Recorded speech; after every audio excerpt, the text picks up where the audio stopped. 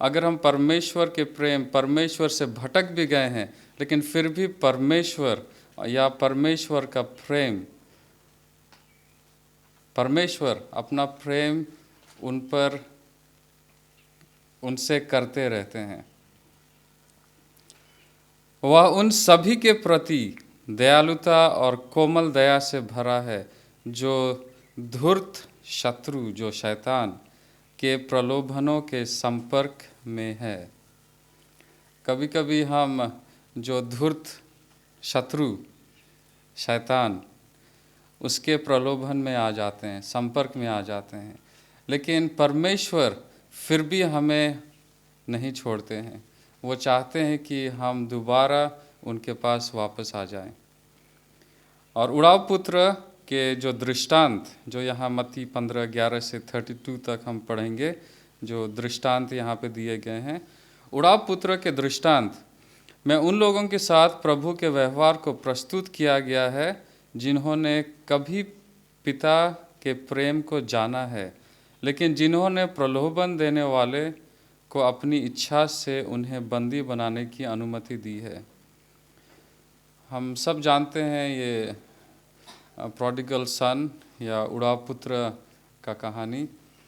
इससे हम जानते हैं, इसमें हम ये जानते हैं कि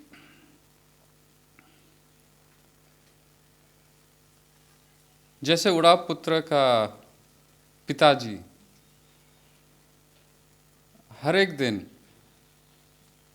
अपने फाटक के बाहर इंतज़ार करते थे कि उसका बेटा कब आएगा, उसी तरह जो हमारा परमेश्वर है, हमारा पिता, अगर हम उनसे दूर जा गए हैं या भटक गए हैं तो हमेशा वह चाहते हैं, वो इंतज़ार कर रहे हैं कि हम कब वापस अपने पिता के पास लौटें। जैसे हम लोग ये लूका पढ़ते हैं, किसी मनुष्य के 2 बेटे थे, हम सब जानते हैं इस दृष्टांत को, और उनमें से छोटे, जो हिंदी बाइबल में दिया हुआ है छुटका पुत्र, और उनमें से छोटे ने अपने पिता से कहा, हे पिता, संपत्ति में से जो भाग मेरा हो वह मुझे दे दे। और उसने उनको अपनी जीविका बांट दी।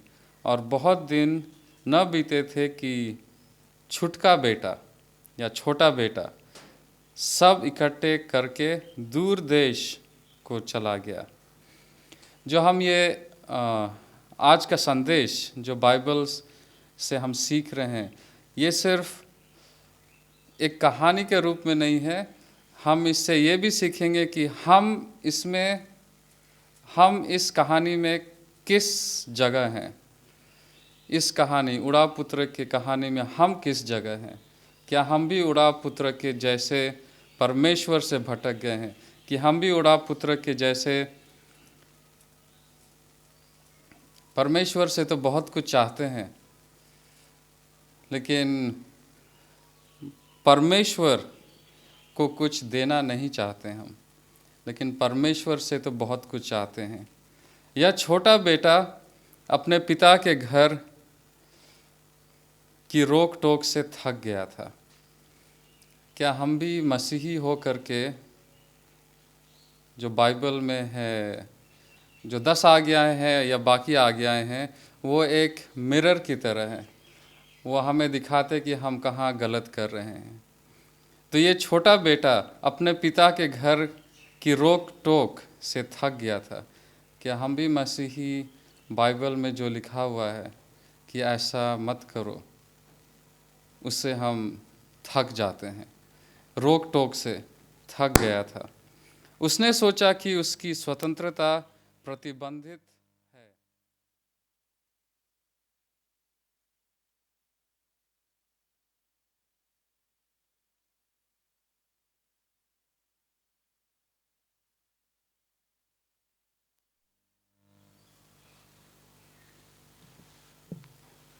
Thank you. इस छोटा बेटा या छुटका पुत्र ने सोचा कि उसकी स्वतंत्रता प्रतिबंधित है। क्या हम भी मसीह होकर के कभी सोचते हैं कि हम ये नहीं खा सकते, हम यहाँ नहीं जा सकते, हम जो चाहते हैं वो नहीं कर सकते हैं, क्योंकि बाइबल में लिखा हुआ है कि ये मत करो। क्या हम भी ऐसा सोचते हैं? अगर हम ऐसा सोचते हैं तो जैसा मैंने कहा कि हम अपने आप को जाने कि हम इस कहानी में कहाँ हैं, किस कैटेगरी में है या किस कैरेक्टर इस कहानी में है।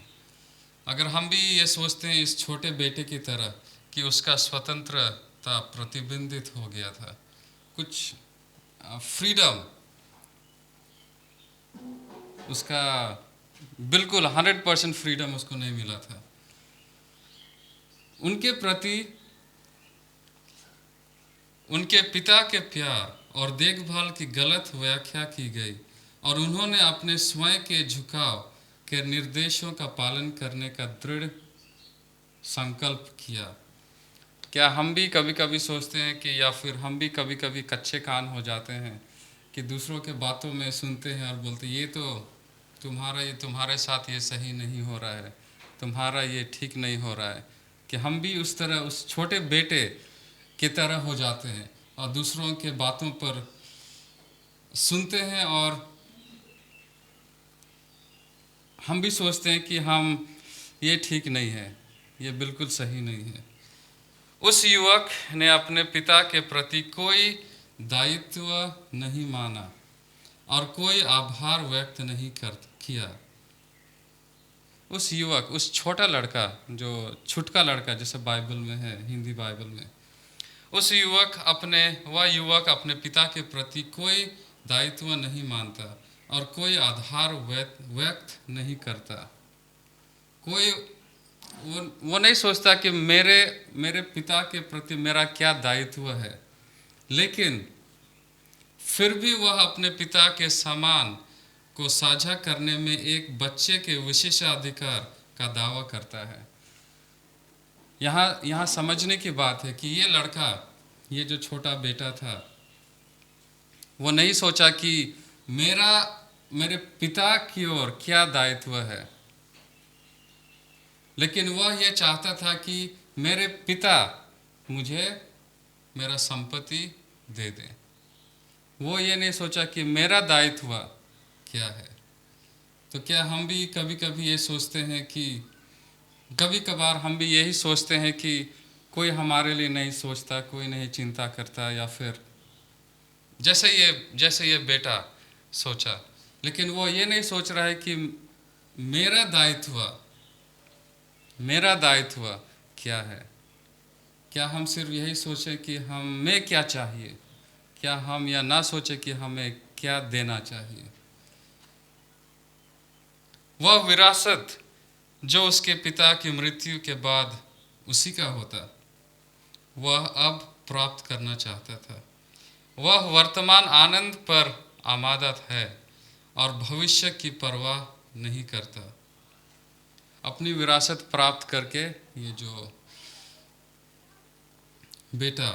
छोटा बेटा अपनी विरासत प्राप्त करने के बाद वह अपने पिता के घर से दूर देश चला जाता है। यहाँ हम सोचें, जब हम मसीह को अपनाते हैं, बपतिस्मा लेते हैं और मसीह को अपनाते हैं, तो क्या हम इस छोटे बेटे की तरह कि हमें ऐसा लगता है कि हमें अपना विरासत मिल गया है, लेकिन हम वो चीज़ें ना करें जो पिता परमेश्वर हमसे कहते हैं। कभी कभी ऐसा लगता है, जैसे इंग्लिश में बोलते हैं कि हम अपने आप में एक टैग लगा लेते हैं कि हम एक क्रिश्चियन हैं, हम एक मसीही हैं बपतिस्मा लेकर के, लेकिन जो हमारा दायित्व है, जो हमारा रिस्पॉन्सिबिलिटी है, जो परमेश्वर हमसे चाहते हैं, क्या वो हम भूल जाते हैं और हम परमेश्वर से दूर हो जाते हैं। जब हम परमेश्वर के बारे जानते हैं और बपतिस्मा लेते हैं, उस समय हमारे अंदर बहुत जोश होता है, बहुत खुशी होती है कि हम ये सच्चाई जान रहे हैं, हम ये चीज़ जान रहे हैं, बहुत अच्छी बात है। लेकिन जब हम परमेश्वर को अपना लेते हैं, जैसे ये छोटा लड़का को उसका संपत्ति मिल गया, उसके बाद वो दूर देश चला गया, कि क्या हम भी दूर देश चले जाते हैं। दूर देश का मतलब ये नहीं है कि सही में दूर देश। दूर देश का मतलब क्या हम परमेश्वर से दूर चले जाते हैं। अगर हम चले जाते हैं तो हम सोचें कि हम इस कहानी में किस किस कैरेक्टर में फिट होते हैं। कोई यह कहने वाला प्रचुर मात्रा में पैसा और अपनी इच्छानुसार कार्य करने की स्वतंत्रता के साथ वह अपने आप को संतुष्ट करता है कि उसके दिल की इच्छा पूरी हो जाती है। प्रचुर मात्रा में पैसा, धन, दौलत, सोच, विचार, क्वालिटी, क्वालिफिकेशन, टैलेंट्स, प्रचुर मात्रा में इसे मिल जाता है इस छोटे बेटे को। और ये सारे चीज़ लेकर के अपने पिता के यहाँ रहने के बजाय वह दूर देश चले जाता है, दूर देश, बहुत दूर अपने पिता से। कोई यह कहने वाला नहीं कि ऐसा मत करो क्योंकि यह तुम पर ही आघात होगा, या ऐसा करूं क्योंकि यह सही है। और दूर देश में कोई नहीं कहेगा कि ऐसा मत करो क्योंकि ये तुम्हारे लिए आघात होगा, या फिर ऐसा करो क्योंकि ये तुम्हारे लिए अच्छा है। कोई नहीं है। यहाँ बेटा बिल्कुल अपने आप को कंप्लीटली फ्री,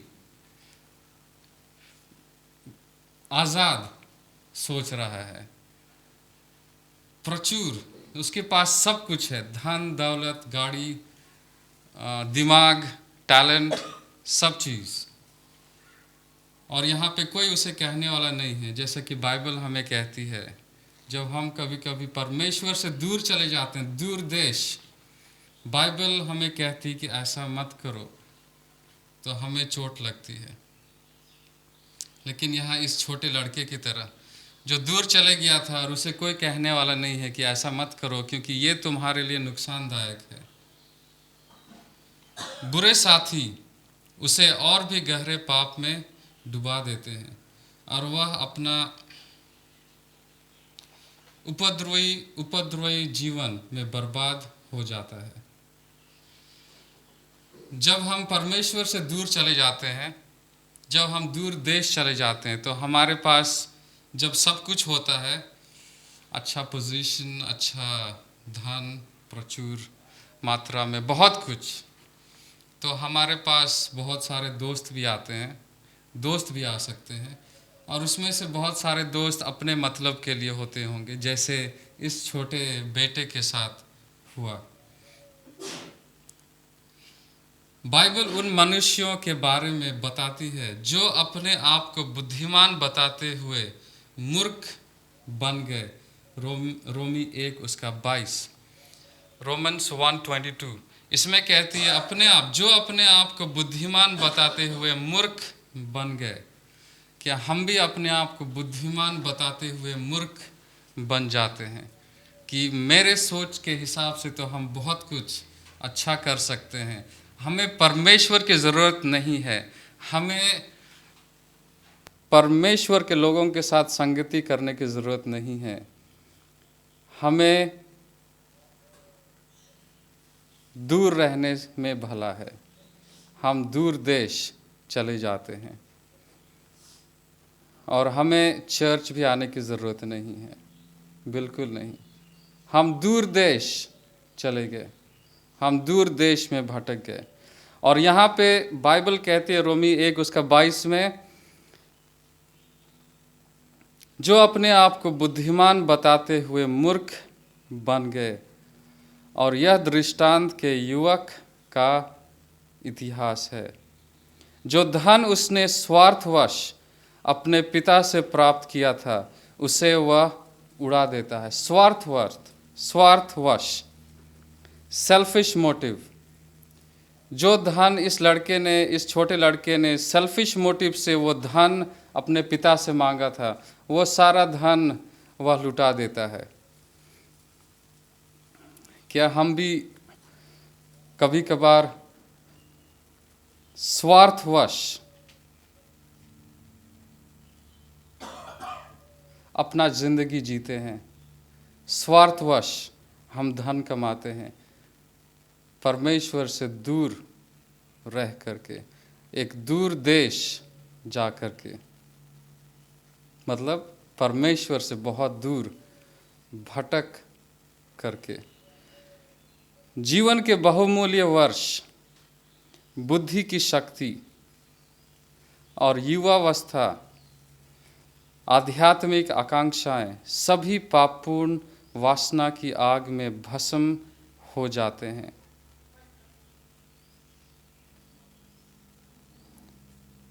जब हम परमेश्वर से दूर चले जाते हैं तो एक चीज़ हम ये सोचें, ये जानें कि जो हमारा जीवन का बहुमूल्य वर्ष, जो बहुमूल्य वर्ष है, वो वर्षों को हम खो दे रहे हैं परमेश्वर से दूर रह करके, क्योंकि परमेश्वर के पास रहना ही भलाई है। और अगर हम परमेश्वर से दूर चले जाते तो उन वर्षों को हम बर्बाद कर देते हैं। जैसे कि यह छुटका पुत्र जो अपने पिता के घर से दूर चला गया, पिता के बातों को वह सुनना नहीं मांगता था, पिता के आदेशों को वह नहीं मानने मांगता था। एक बड़ा अकाल पड़ता है। हम ये जानते हैं, ये जो पैराबल है, एक बड़ा अकाल पड़ता है। वह अभावग्रस्त होने लगता है और वह खुद को देश के एक नागरिक से बात करता है, और जो उसे क्या चराने के लिए मैदान में भेज देते हैं? सूअर चराने के लिए। सोचिए, इतना धन लेकर के वह दूर देश अपने पिता से दूर चला गया, मौज मस्ती, अपना ज़िंदगी बर्बाद कर दिया। जितने साल वह जिया वो साल बर्बाद, धन बर्बाद। लेकिन ज़िंदगी में, हमारे ज़िंदगी में कभी अकाल आ सकती है, और जब अकाल आएगी तो हम फिर से अपने पिता को याद करेंगे, जैसे कि ये छोटा बेटा अपने पिता को याद किया। एक बड़ा अकाल आया और वह सब चीज़, उसका धन दौलत सब खत्म हो गया था। तो वहाँ का वह नागरिक से एक बात किया और वह सूअर चराने के लिए मैदान में भेज दिया। और एक यहूदी के लिए, ये जो छोटा बेटा था वो एक यहूदी था, एक यहूदी के लिए यह सबसे तुच्छ और अपमानजनक रोजगार था, सूअर चराना। क्या हम सोच सकते हैं कि सूअर चराना कैसा होगा? लेकिन एक यहूदी के लिए ये एक सबसे तुच्छ और अपमानजनक रोजगार था, लेकिन उसे यह करना पड़ा क्योंकि उसके पास और कोई विकल्प नहीं था, और कोई विकल्प नहीं। वह अपने पिता से बहुत दूर आ चुका था। वह, जैसे कि हम मसीही हो करके, हम भी अगर हम अपने पिता परमेश्वर से दूर आ जाते हैं, बाइबल के आदेशों को पालन नहीं करने मांगते, क्योंकि वह बहुत ही कष्टदायक हो जाता है हमारे लिए, तो हमारी ज़िंदगी में अगर अकाल आएगा तो हम भी ऐसे ही हो जाएंगे। अपनी आज़ादी का दंभ भरने वाला, अपनी आज़ादी का दंभ भरने वाला, टू प्राउड अपने आज़ादी को लेकर के, यह युवा अब खुद को गुलाम पाता है। वह सबसे बुरे बंधन में है, अपने पापों की डोर से जकड़ा हुआ। कभी कभी हम एक कड़वा सच तो यह है कि हम सब पापी हैं। ये एक कड़वा सच है कि हम सब पापी हैं, लेकिन एक मीठा सच भी है कि हम सब पापी बचाए जा सकते हैं। ये एक मीठा सच है। लेकिन फिर भी हमारे ज़िंदगी में हम पाप करते हैं वो हम उसे महसूस नहीं करते हैं कि वो पाप हमें जकड़ा हुआ रहता है। हमें ऐसा लगता है कि हम ठीक कर रहे हैं, हम पाप में नहीं हैं। हम ऐसा नहीं महसूस होता है कि वो पाप जो हमारे ज़िंदगी में वो हमें जकड़ा हुआ है, जैसे कि ये छोटा बेटे को जकड़ा हुआ था वो पाप, और वह सबसे बुरा बंधन में था, अपने पापों की डोर से वह जकड़ा हुआ था। वह जो चमक धमक जो उससे लुभाती थी गायब हो गई। जो भी धन दौलत था, जो भी पोजीशंस था, जो भी अच्छे चीज़ थे, जो भी दोस्त थे, वो सारे चमक धमक अब गायब हो गए हैं। और उसे अपनी जंजीर का बोझ महसूस होता है। क्या एक कड़वा सच क्या है कि हम सब पापी हैं, लेकिन हम उस पाप के जंजीर को महसूस नहीं कर पाते हैं। कभी कभी उस पाप के जंजीर को, उस जंजीर के वजन को महसूस नहीं कर पाते हैं। लेकिन यह छोटा बेटा अब महसूस करता है उस पाप के जंजीर को। उस उजाड़ और अकाल से त्रस्त भूमि पर सुअरों के अलावा किसी भी साथी के साथ वह नहीं था। सिर्फ सुअर ही उनके साथी थे उस उजाड़ और अकाल देश में।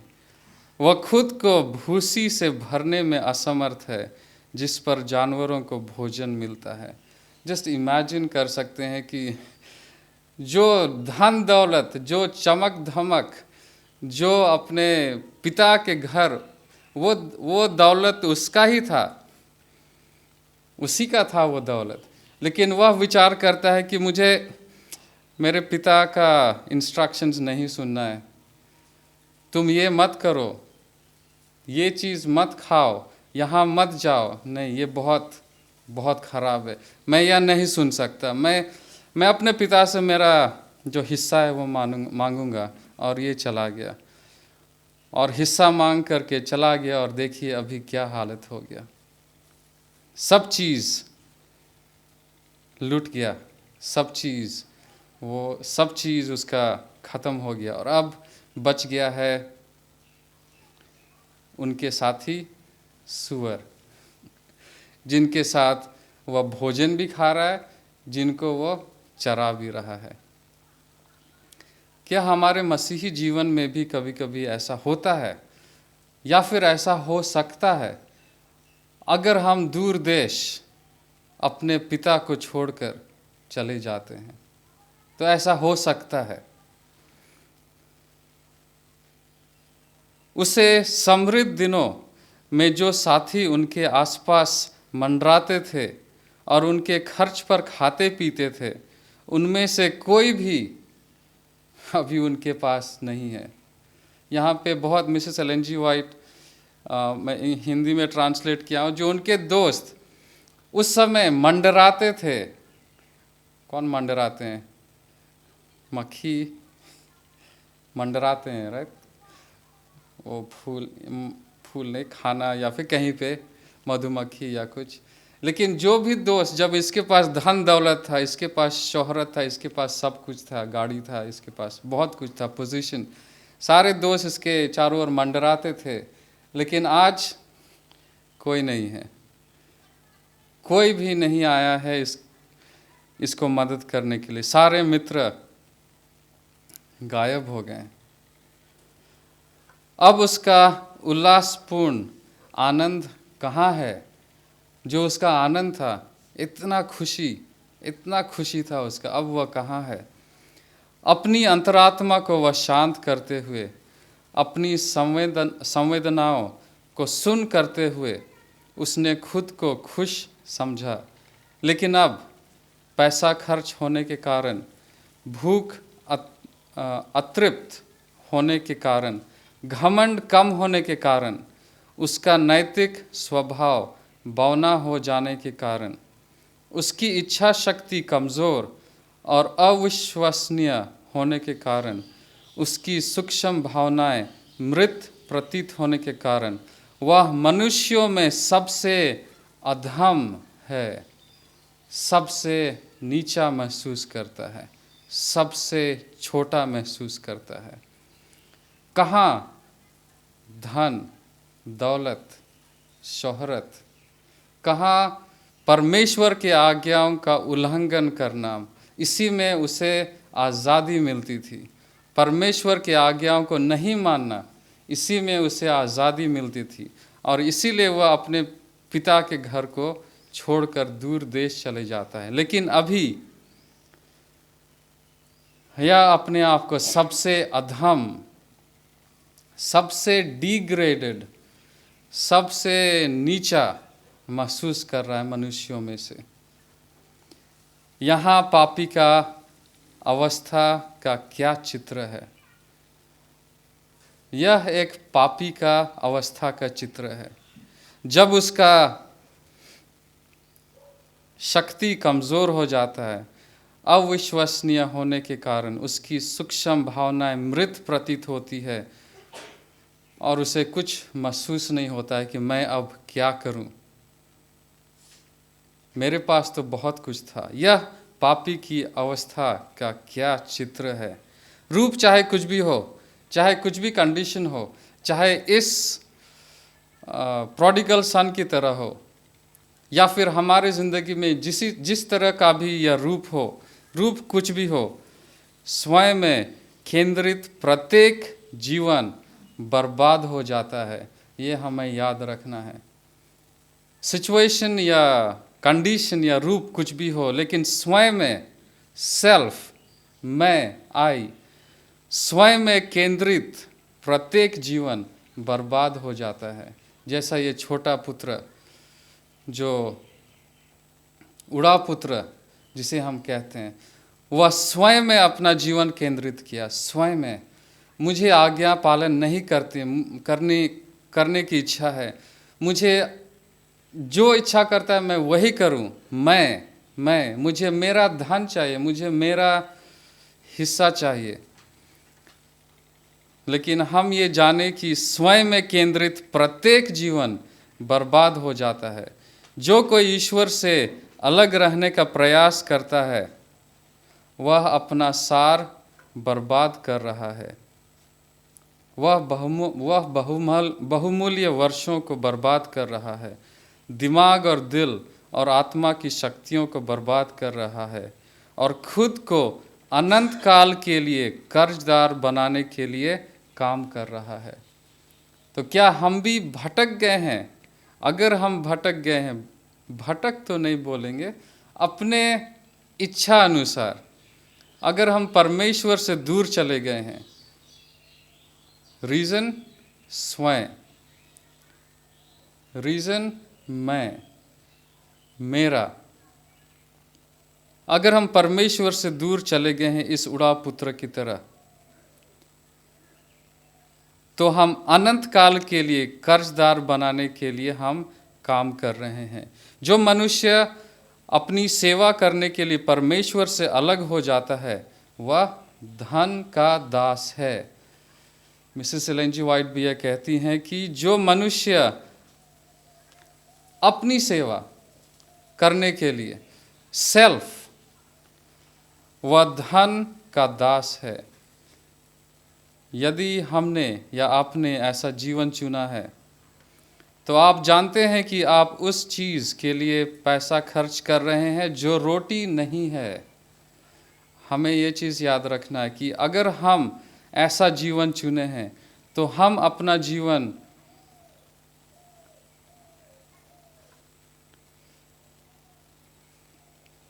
तो हम यह जानते हैं कि हम उस चीज़ के लिए पैसा खर्च कर रहे हैं, उस चीज़ के लिए हम धन कमा रहे हैं जो रोटी नहीं है, और उस चीज़ के लिए मेहनत कर रहे हैं जो संतुष्ट नहीं करती।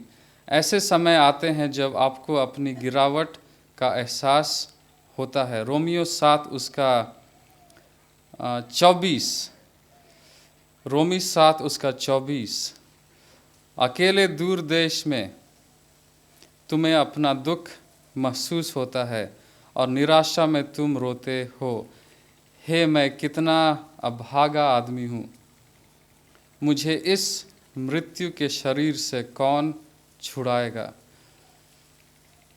हे मैं कितना अभागा आदमी हूँ, या मैं कितना अभागा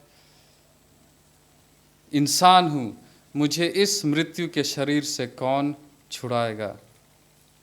ईश्वर का प्रेम अभी भी उस व्यक्ति के लिए तरसता है जिसने उससे अलग होना चुना है। और वह उसे पिता के घर में वापस लाने के लिए प्रभाव डालता है। उड़ाव पुत्र